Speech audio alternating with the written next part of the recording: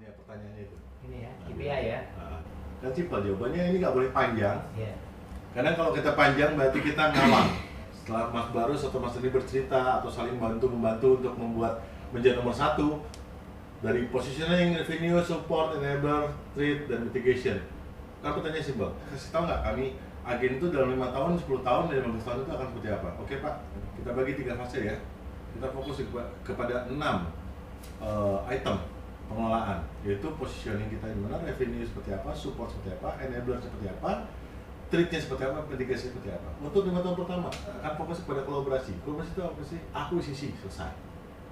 Target yang kita mau capai adalah 25 billion dollar pada akhir tahun kelima. Apa yang kita butuhkan? Data profile, kompetensi, asosiasi, bla bla. Nggak perlu lengkap, yang penting ada nyantel. Enablernya ada platform, SDM, itu kita fokus untuk kita bangun. Ancamannya sudah pasti ada, yaitu apa? Profesionalisme kita harus kita tingkatkan, integritas, sustainability, compliance, bla bla. Nah, untuk mitigasinya sudah tentu. Profesionalisme kita ikat dengan code of conduct. Integritas kita ikat dengan punishment and reward. Sustainability kita ikat dengan roadmap. Compliance kita ikat dengan legal support. Communication level kita ikat dengan IR and bla bla. Nah, tahun kedua, bla bla bla. Tahun ketiga, bla bla. Ini mungkin akan butuh waktu 15 menit menjelaskan. Apakah bisa contohkan? Boleh. Kenapa? Karena ini adalah grand design konsep. Nggak mungkin kita tuh hafal di luar kepala. Yes. Hanya cara menyajikannya lah yang akan terlihat apakah kita mengerti yang kita omongin atau enggak. Nah, setelah itu baru bagaimana Anda mengelola revenue stream dengan structuring yang Anda bikin. Ya, baik KPI. Kita lihat aja, hasilnya jelek, baru kita cek. Kalau hasilnya fine-fine aja, lihat itu. Oh, kenapa kayak gitu? Ya, kita nggak buang-buang waktu. Ini kan kita kan riset oriented, Pak. Kita bukan proses oriented. Real. Oke, lalu gimana strategi Anda untuk melakukan corporate bonding kepada semua network Anda? Tadi kita sudah bicara structuring, bagaimana mengikatnya? Dengan cara akuisisi. Akuisisi itu linking sih, bukan bonding. Oh. Yaitu dengan value. Oh, maksudnya setelah mereka gabung, baru Anda menerapkan value? Enggak. Dari awal kita sudah melakukan profiling dengan value. Apakah mereka memiliki value-value dasar kita? Kalau memiliki, kita gabung. Kalau nggak memiliki, kita nggak akan paksakan. Ya, price, reliable, integrity, corporate value. Kalau kita bilangin, kita show ke mereka bahwa kekuatan kita adalah duit, si GC akan merasa, oke, gue di atas angin. Kayak gitu ya. Jadi nomor 3 adalah corporate value. Nah, bagaimana kita menentukan standar quality parameters? Dengan apa? Simple jawabannya, compliance. Kepatuhan ya. Kepatuhan. Satu-satunya dalam jaringan ini yang berhak menentukan standar kualitas adalah kita, core-nya. Ya harus nurut. Iya. Ini bukan hal yang negosiasi. Iya. No debat kalau bahasanya. No debat. No debat. Yang kelima, Metodenya. metode daripada pengontrolan bisnis seperti apa? By result. Berarti ini hubungannya ke KPI ya? Iya. Result ini. By result. Gak usah ngomong macam-macam kan? Lu mau banyak ngomong, hasil lu kagak ada, lu gak ada hak bicara. Bagi kalian yang hasilnya masih kecil, duduk, dengar, pelajari.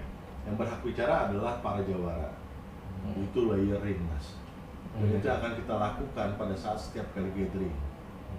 Nggak ada kita tuh, oh kita setara. No. Bagaimana langkah-langkah kita menentukan memastikan revenue assurance? Revenue assurance itu apa maksudnya? Jadi itu pola pemastian revenue. Jadi gini, ini lebih karena nanti budgeting. Tahun pertama, let's say si marketing minta anggaran 1M. Ternyata pencapaian revenue-nya cuma 30%. Uang udah keluar 1M. Tahun kedua, dia minta 1M lagi. Kita ngangguk nggak? Enggak. Enggak dong. Lu aja kemarin cuma mencapai 30. Coba lu sesuaikan lagi dari jangan terlalu banyak ngayal ya. Berarti maksudnya itu penentuan minimal berapa yang harus dia capai ya? Iya. Kayak mana cara enggak? 80%. Wah, itu komitmen loh, itu berat loh. Dia sudah menyediakan palanya untuk kita toyor tiap bulan gitu. Ya kan kadang-kadang overconfidence is kill. Iya. Percaya diri itu membunuh loh tuh. Kalau dia nggak mencapai 80%, gagal. Lu mau ngomong apa juga lu gagal. Iya. Tapi kan pas udah bawa revenue, enggak, lu gagal. Iya. Jadi dia akan bekerja nggak 100% Mas. Dia akan bekerja 200%. It's good buat kita.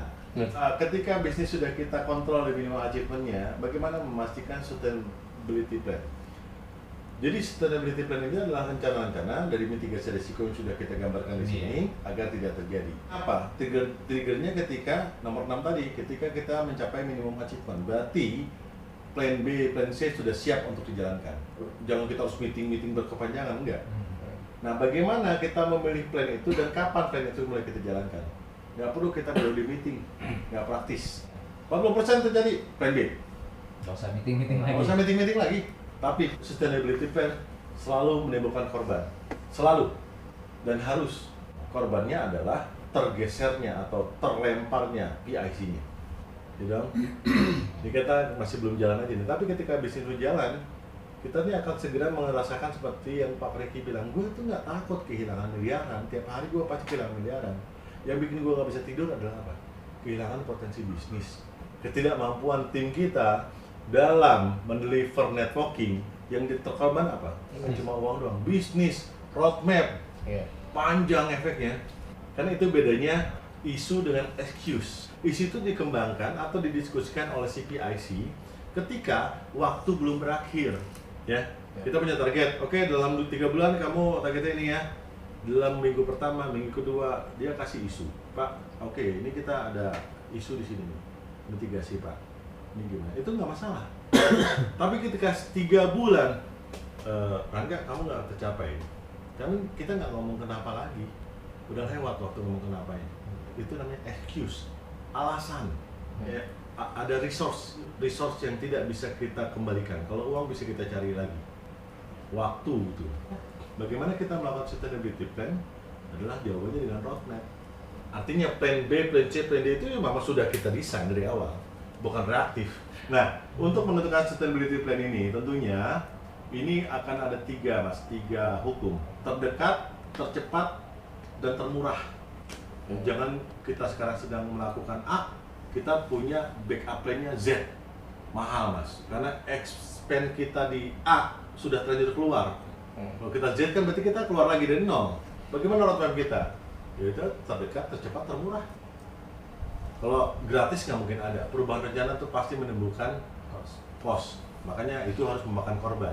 Agar menjadi pembelajaran bagi 100.000 puluhan ribu orang yang lain di network kita. Ketika lu nggak berhasil, ini loh bukti nyata.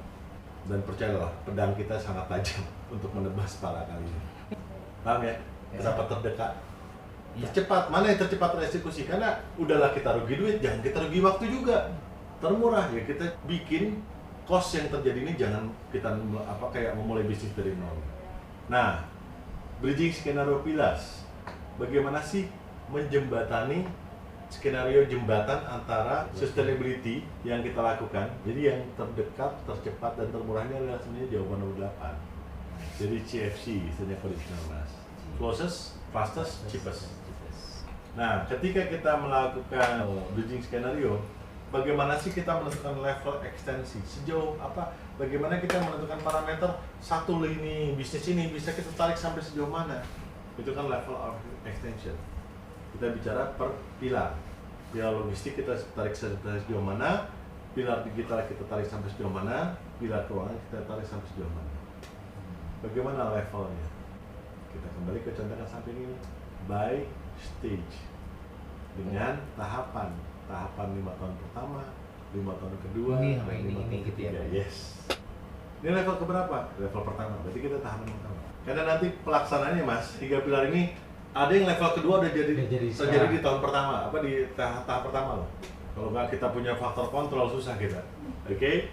Nah, sekarang adalah extra miles diversification. Jadi tadi sudah cajarkan yang namanya expansion itu ada 2, ada extension, ada extra miles.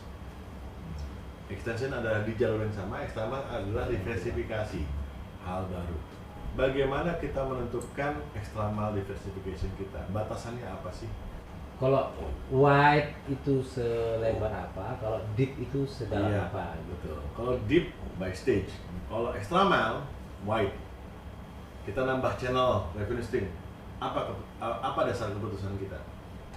Sama seperti tadi Mas Barus dan Mas Handi menentukan penambahan di enablers dan support. Kenapa sih International Business Association ini dicatatkan di 5 tahun kedua? Kenapa nggak di 5 tahun pertama? Di sini deep dulu. Betul. Di sana white. White.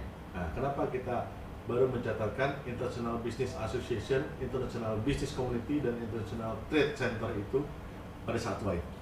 Apa mereka terhadap white ini? Kenapa itu Mas berbawa?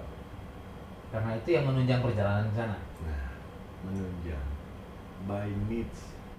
Ya dong, kita nggak bakal bangun pilar baru tanpa Kalau nggak ada kebutuhan. tujuan ini ya. Nah, nanti setelah Bima Sakti apa lagi dong? Ya nanti kita lihat kebutuhannya Pak.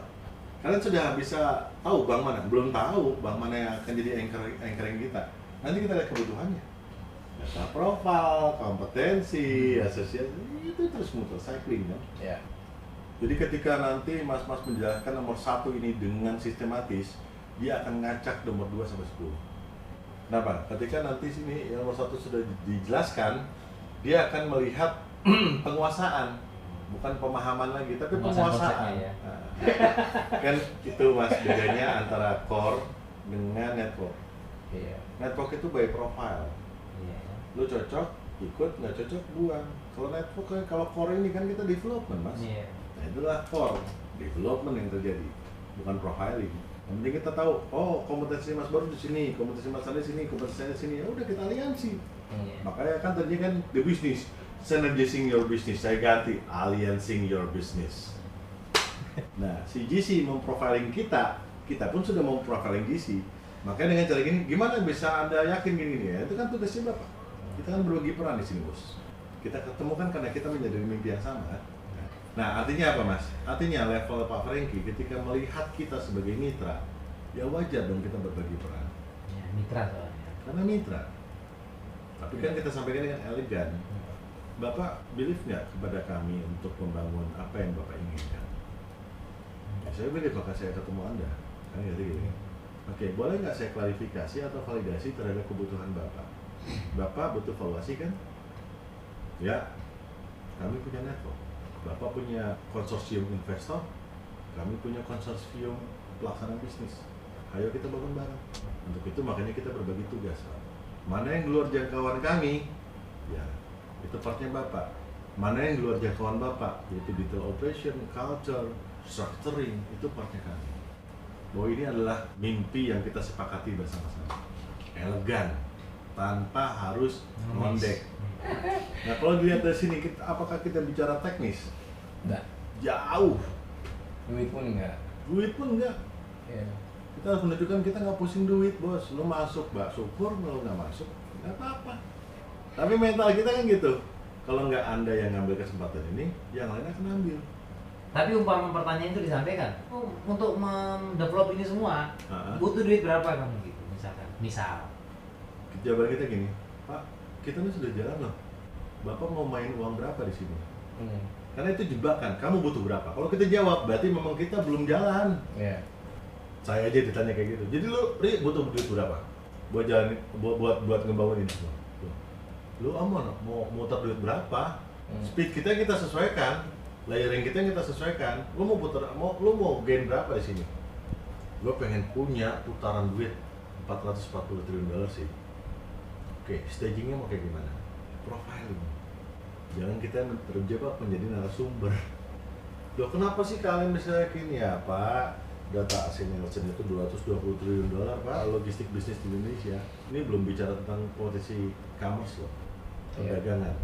Kami punya 3, finansial, commerce, dan logistik. Bapak mau ngasih 440 ya sangat achieve lah. Gitu. Logistik aja udah nyumbang 220. Jadi kalau kita bisa smart statement, salut ya pasti. Yang paling bahaya adalah ketika lo begitu yakin bahwa bisnis lo akan jalan, terus lo butuh ngasih sama gue? Mikir cepat ya.